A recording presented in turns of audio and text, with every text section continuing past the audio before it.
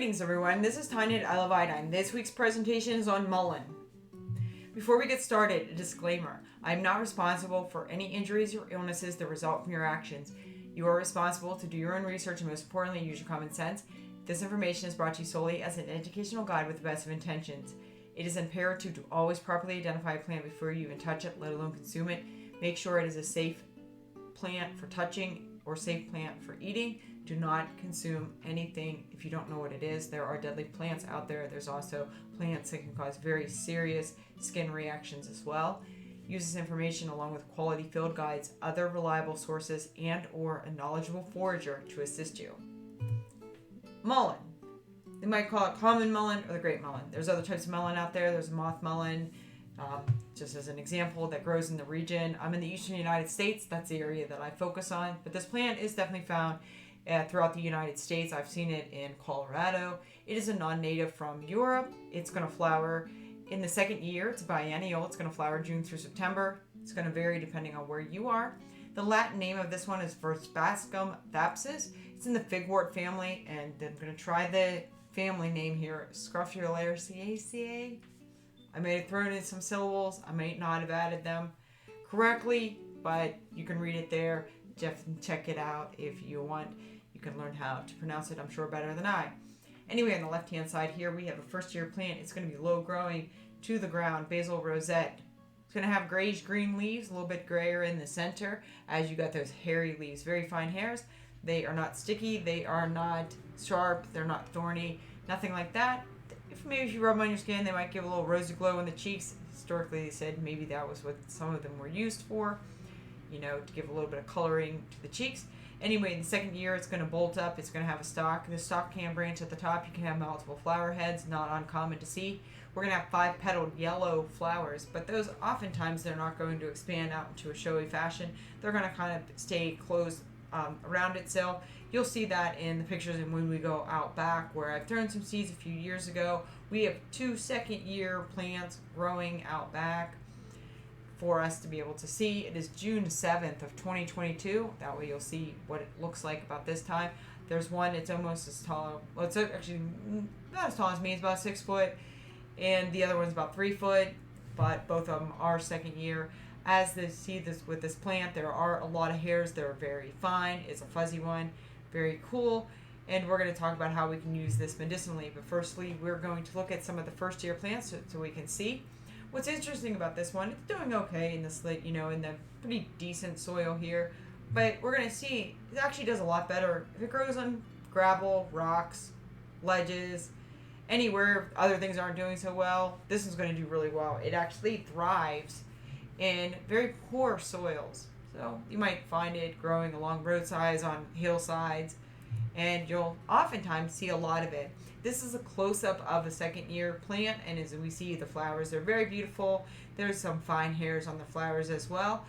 Oftentimes you won't see them flare out. There's some other species in this genus that are a little more showy, a little more flary. This one is not. How we're going to get these flowers, you want to get them in mid-morning after that dew dissipates off, but before that hot sun beats down on them and you want to dry them. We're going to talk about different ways that we can use it. Of course, you're not going to dry them if you're going to make an infusion out of it, but if you're going to use it for other purposes, you're going to want to dry it depending on your needs. Now, when we look at this flowering, you can see not all of them are flowering at the same time, so as you'll go out, it might take days or weeks to get all of the flowers off of a particular plant. I'm going to lean on the side of weeks because that's how long it's taken me, because they will keep flowering and flowering and flowering and flowering, it seems, and you have to go out every day and collect them. Now, if you go out, give it a little gentle pull, they'll release. If they don't, let them there, come back the next day. They are not ready to go. They will gently fall. Sometimes you can collect them if they fall off to the leaves, especially that morning. Don't necessarily pull them off of the ground if they've kind of gotten a little bit, they don't look attractive. You definitely want them to be at their prime. As you can see here at the top, center portion of this page, I've collected some a few years ago. I made a cough syrup out of that using honey, and I dried them a bit for that purpose. Now, for making the honey, you don't have to thoroughly dry them as much as you would if you were going to use it in an oil. Again, oil and water do not mix for various reasons. But especially if you add water into an oil, you're going to have bacteria, you're going to have mold, fungus, all these different things that can actually occur and grow in there. You do not want those. Those are not healthy. Also, whenever you have water and air with oil, you do have the risk of rancidity, oxidation, other things like that. So be very mindful with oils for that purpose. So as we see here, we still get that kind of the grayish green leaves here. They're lance shaped. They're quite big at the bottom. And of course, they get smaller at the top, which completely makes sense. When we go outside, you're going to see how small these flowers are in person. And as we see, it does continue to flower and flower. We still have some flowers coming out, even though basically the plant is dying and, the flower head, most of it's turning all brown.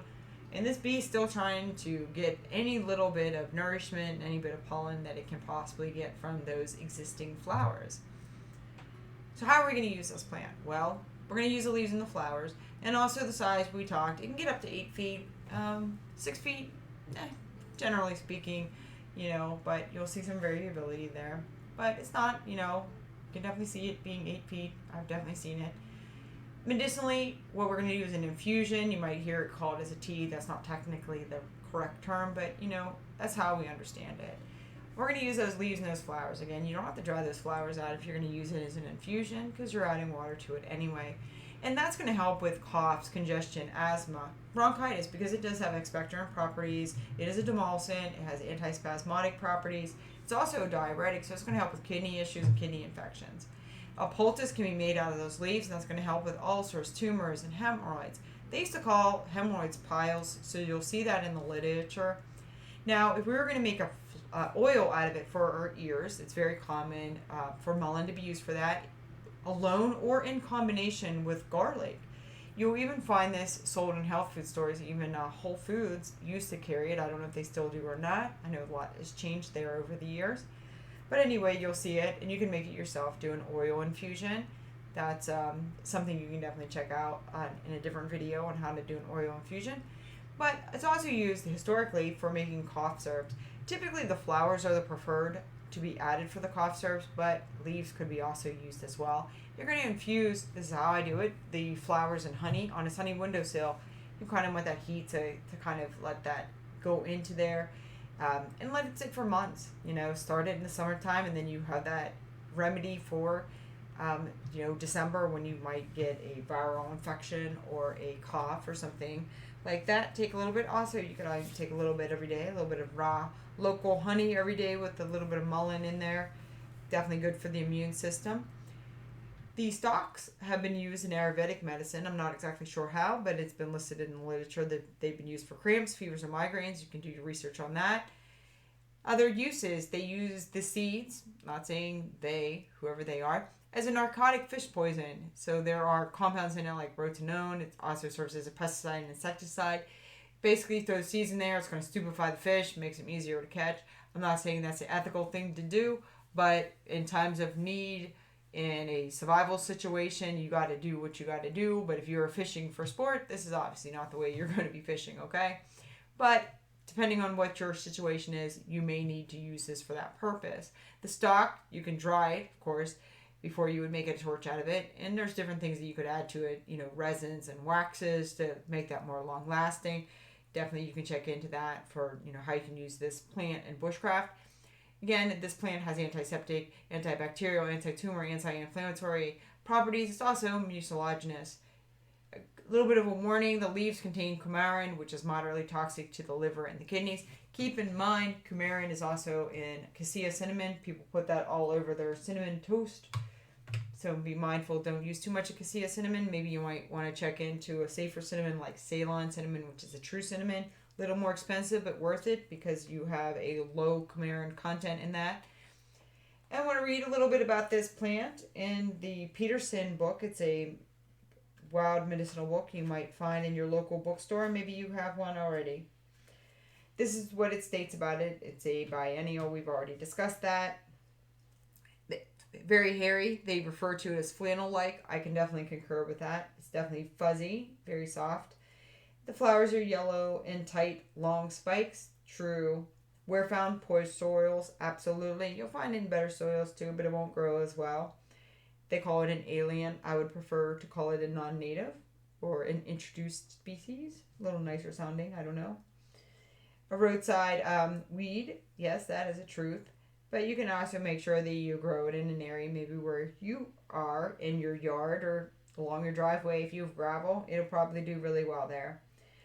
Again, it speaks about how it's been used for different purposes. They say the flower is soaked in olive or mineral oil. I do not recommend using mineral oil. That is a petroleum-based oil, not exactly probably what we should be putting in our body. But when they put this publication out, maybe they didn't know about how bad that might be for us. But some people would disagree. Vaseline is a petroleum-based product too, and people seem to like that. I prefer to use more natural things, but that is my choice, and you are free to choose to do what you will. It says in Germany, the flowers are approved as an expectorant in inflammations of the upper respiratory tract. It also states that science confirms mild expectorant and antibacterial activity against herpes simplex and influenza viruses. So important to know, this is very good for our immune system. And it also says that it contains verbascum, which has antiseptic, antitumor, antibacterial, and immunosuppressant activity, which is interesting. Why would we want to necessarily do that? But you might want to check into that. I think that has some interesting things, maybe a little more commentary on that.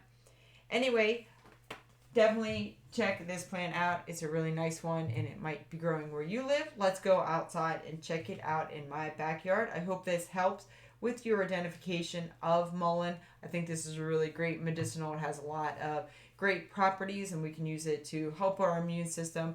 Again, with respect to parasites, anything we can do to support our immune system and help our bodily functions be the most optimum, we are going to be able to prevent parasites, and we're going to be able to overcome them easier.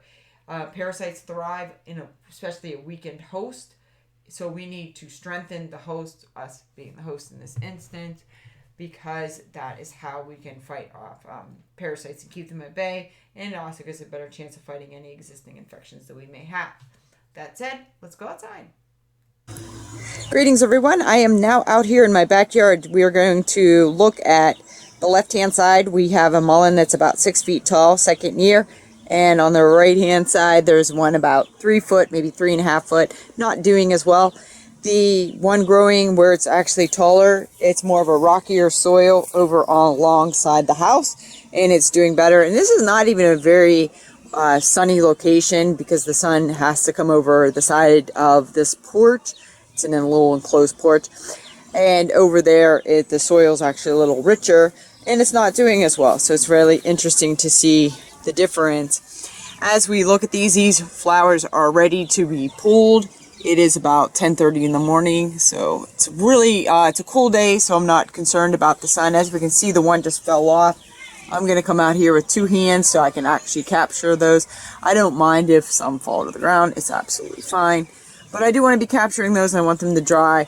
And once they're dry a little bit, I'm going to put them into the honey and just continually adding them all to the honey as time goes on. As we look here at the leaves, they are absolutely very fuzzy. You can see the fine, super fine hairs. It's flannel-like. It's definitely a very woolly plant, very soft, not irritating to me at all.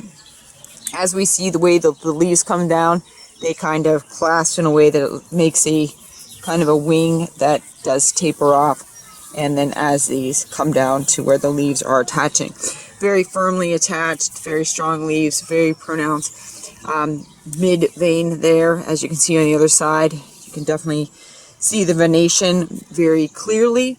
And this is what it's going to look like, and the leaves of course get bigger. As we see, there's a lot of bugs that have found a little bit of a dinner on this plant, and it's the way life goes. Over here in this little section we have very beautiful flowers. They are opened up. I'll be pulling these in the next 5 minutes and saving those. This is the beginning of July. This is the first week, right after the 4th. So this is what you're going to maybe see where you're growing. I hope this helped with the identification. And if you haven't, please like, subscribe, check it out, leave a comment. Check out my website at www.iloveiodine.com for more information. Also, if you want to stick around, I'm going to actually point out a few of the plants that are growing alongside here. As you can see back there, we got those big dandelion leaves. We have wild carrot here. Could use a little more water for sure.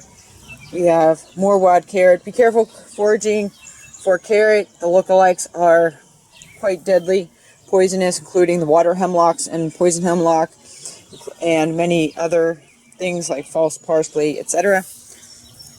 Also here we have our broadleaf dock, trying to hold the separation here. That's in the smartweed, knotweed family.